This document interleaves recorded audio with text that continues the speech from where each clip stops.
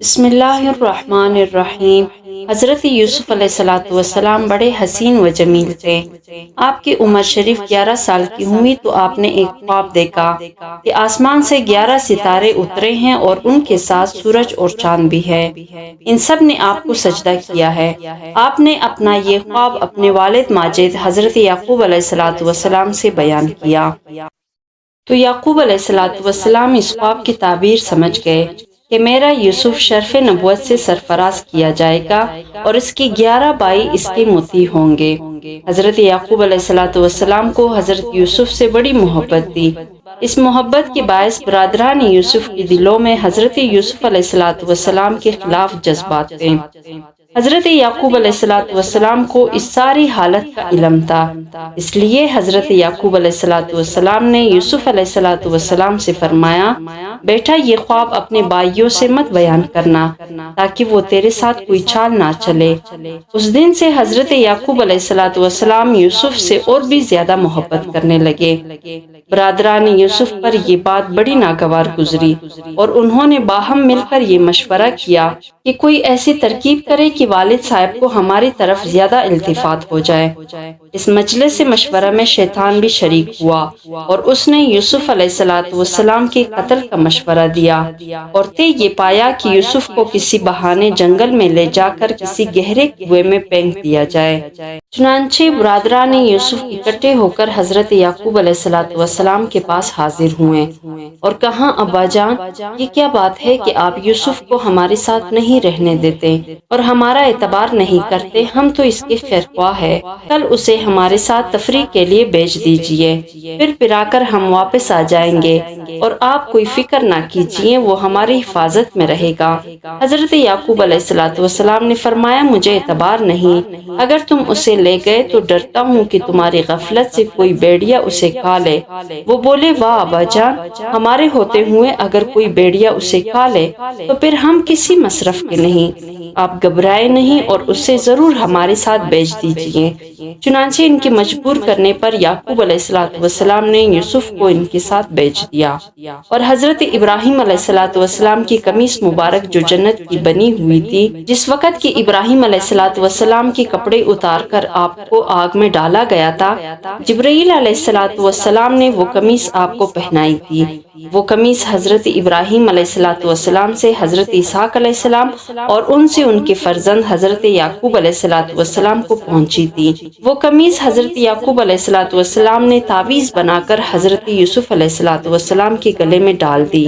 برادران یوسف نے یعقوب علیہ الصلاۃ والسلام کے سامنے تو بڑی محبت سے یوسف علیہ الصلاۃ والسلام کو کندھے پر اٹھا لیا اور پھر جب دور ایک جنگل میں پہنچ گئے تو یوسف علیہ الصلاۃ والسلام کو زمین پر دے ٹپکا اور پھر دلوں میں جو عداوت تھی وہ ظاہر ہوئی۔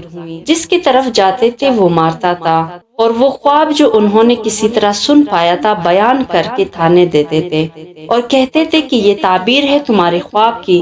پھر انہوں نے ایک بہت بڑے گہرے اور تاریک کنویں میں بڑے بے دردی کے ساتھ آپ کو پھینک دیا اور اپنے گمان میں یوسف علیہ الصلاۃ والسلام کو مار ڈالا۔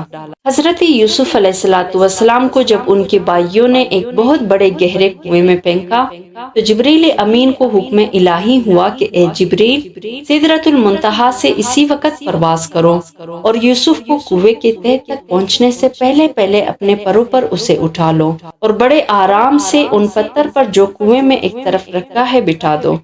چنانچہ جبریل امین علیہ الصلاۃ والسلام لمحہ بھر میں وہاں پہنچے اور حضرت یوسف علیہ الصلاۃ والسلام کو اپنے پروں پر لے کر آرام کے ساتھ اس پتھر پر بٹھا دیا اور پھر وہ قمیص ابراہیم بطور تعویذ یعقوب علیہ الصلاۃ والسلام نے گلے میں ڈال دی تھی، وہ تعویذ کھول کر آپ کو پہنا دیا۔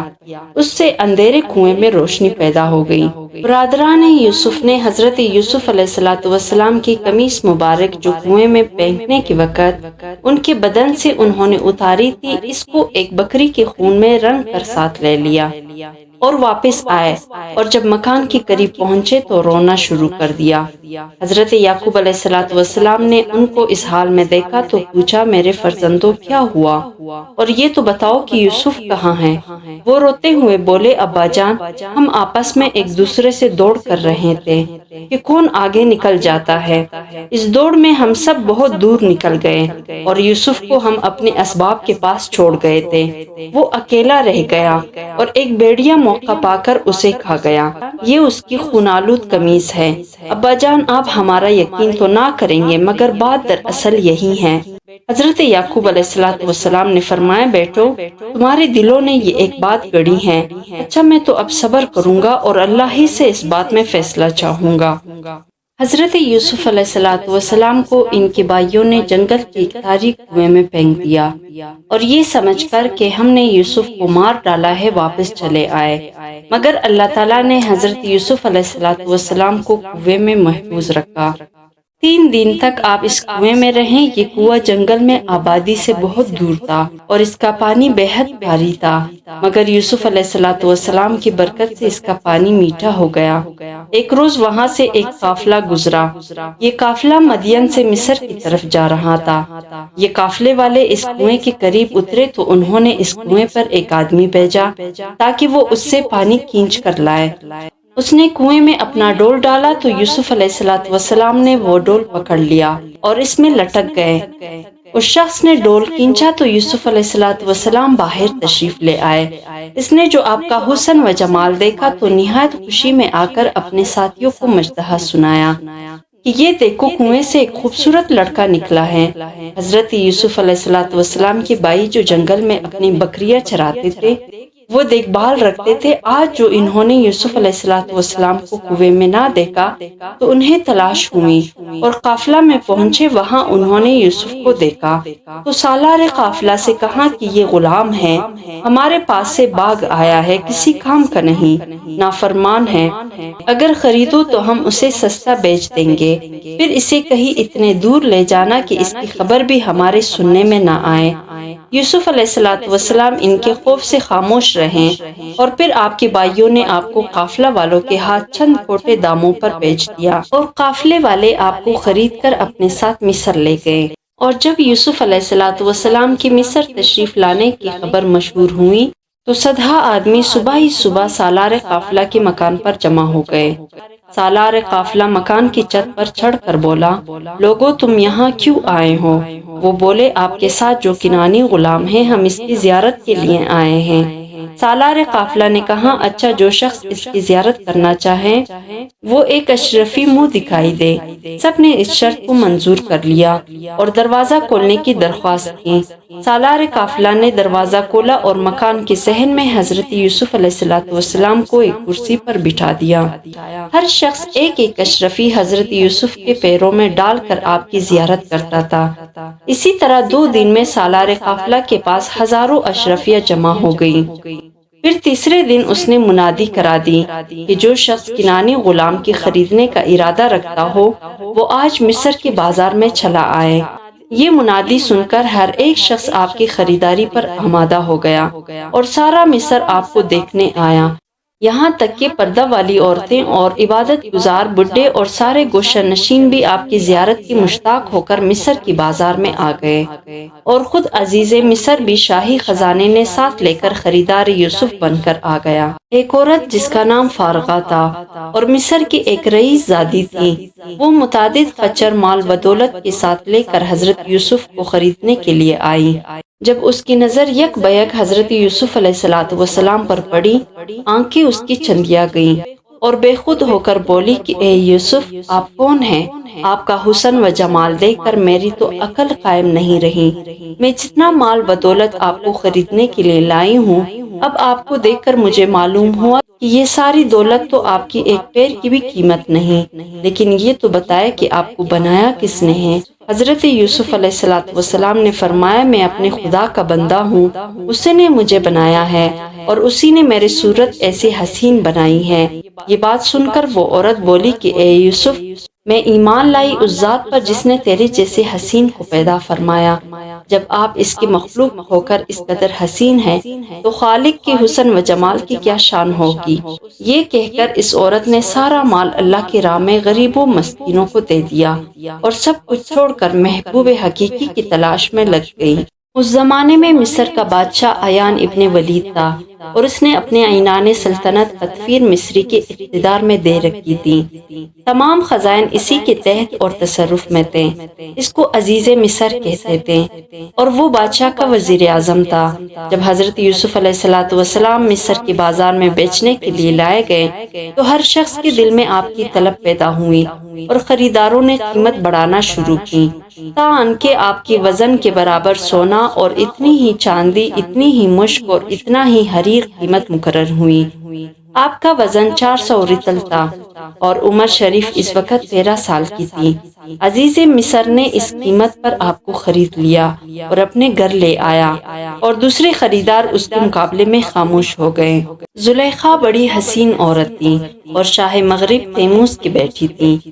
اس نے ایک رات خواب میں ایک پیکر حسن و جمال شخص کو دیکھا اور اس سے پوچھا کہ تم کون ہو؟ تو اس نے بتایا کہ میں عزیز مصر ہوں۔ زلیخا کے دل میں اس خواب کا نقشہ جم گیا اور ہر وقت وہ خواب پیش نظر رہنے لگا۔ بڑے بڑے بادشاہوں کے پیغام عقد آئے لیکن اس نے انکار کر دیا اور اپنا ارادہ ظاہر کر دیا کہ میں تو عزیز مصر ہی سے نکاح کروں گی۔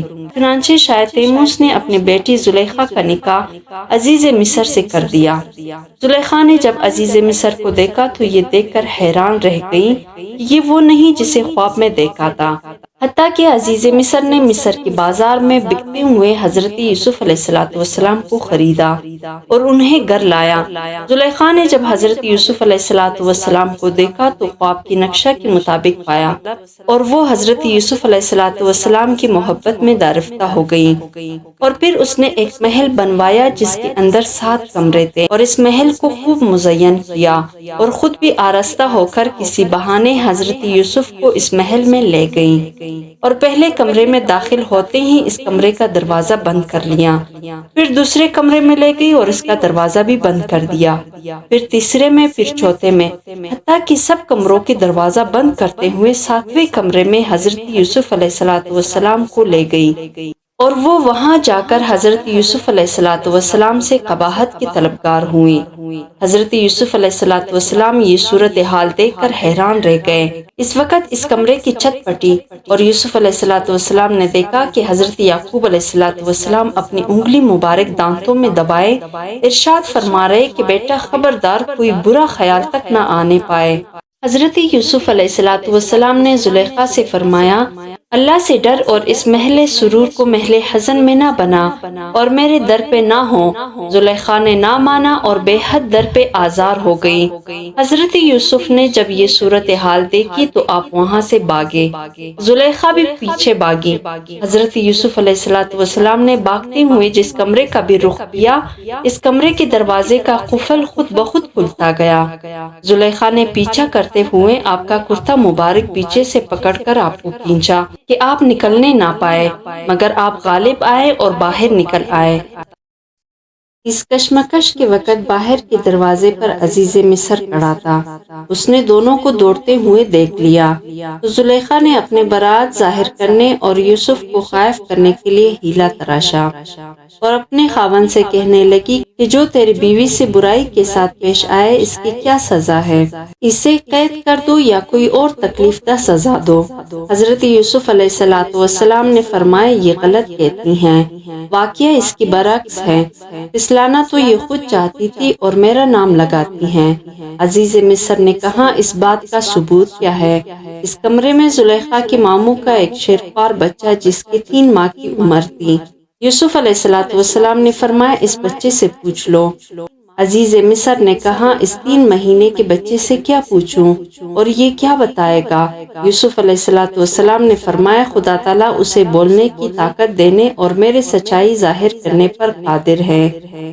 عزیز مصر نے اس بچے سے دریافت تو وہ بچہ بولا اور کہنے لگا کہ یوسف علیہ السلام کا کرتا دیکھ لو۔ اگر ان کا کرتا آگے سے پٹا ہے تو زلیخا سچی، اور اگر پیچھے سے پٹا ہے تو یوسف علیہ السلام سچے۔ چنانچہ کرتا دیکھا گیا تو وہ پیچھے سے پٹا تھا، اور یہ حال صاف یہ بتا رہا تھا کہ یوسف علیہ السلام زلیخا سے بھاگے تھے اور زلیخا پیچھے پڑی تھی۔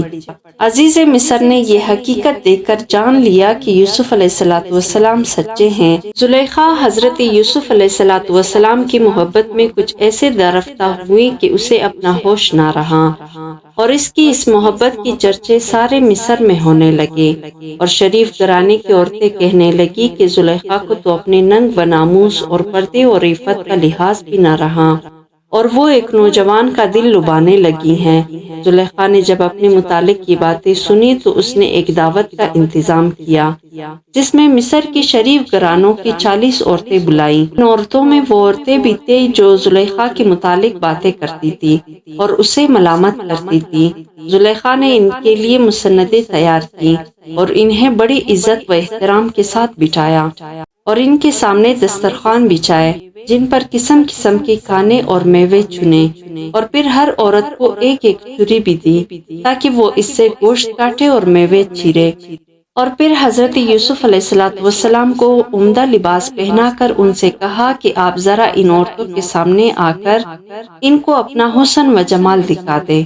حضرت یوسف علیہ السلام نے پہلے تو انکار فرمایا، لیکن پھر زلیخا کی مخالفت کی اندیشہ سے آپ ان عورتوں کے سامنے تشریف لے گئے۔ ان عورتوں نے جب یوسف علیہ السلام کی طرف نظر کی اور اس جمال عالم افروز کے ساتھ نبوت و رسالت کی انوار اور تواضع و انکسار کے آثار و شاہانہ ہیبت و اقتدار دیکھا تو تعجب میں آ گئی، اور آپ کی عظمت و ہیبت دلوں میں بیٹھ گئی، اور حسن و جمال نے ایسا وارفتہ کیا کہ ان عورتوں کو خود فراموشی ہو گئی، اور بجائے لیموں کے انہوں نے ان چوریوں سے اپنے ہاتھ کاٹ لیے، اور تاثیر حسن کے باعث انہیں تکلیف کا کچھ احساس نہ ہوا، اور پھر عالم حیرت میں بول اٹھے کہ حاشا للہ، یہ بشر تو نہیں ہے، یہ تو کوئی فرشتہ ہے۔ زلیخا نے کہا، دیکھ لیا اس کے حسن و جمال کو، یہی ہے وہ حسن و جمال کا پیکر جس کا تم مجھے تانا دیتی تھی۔ زلیخا نے حضرت یوسف علیہ السلام کو تنگ کرنے کے لیے اور اپنی بات منوانے کے لیے کسی بہانے ان کو جیل بھیج دیا۔ اسی دن جس دن حضرت یوسف علیہ السلام جیل بھیجے گئے، 2 نوجوان اور بھی جیل میں داخل کیے گئے۔ یہ دونوں بادشاہ مصر عمالقی کے خاص ملازم تھے، ایک اس کا ساقی تھا اور ایک باورچی۔ ان دونوں پر بادشاہ کو زہر دینے کا الزام تھا۔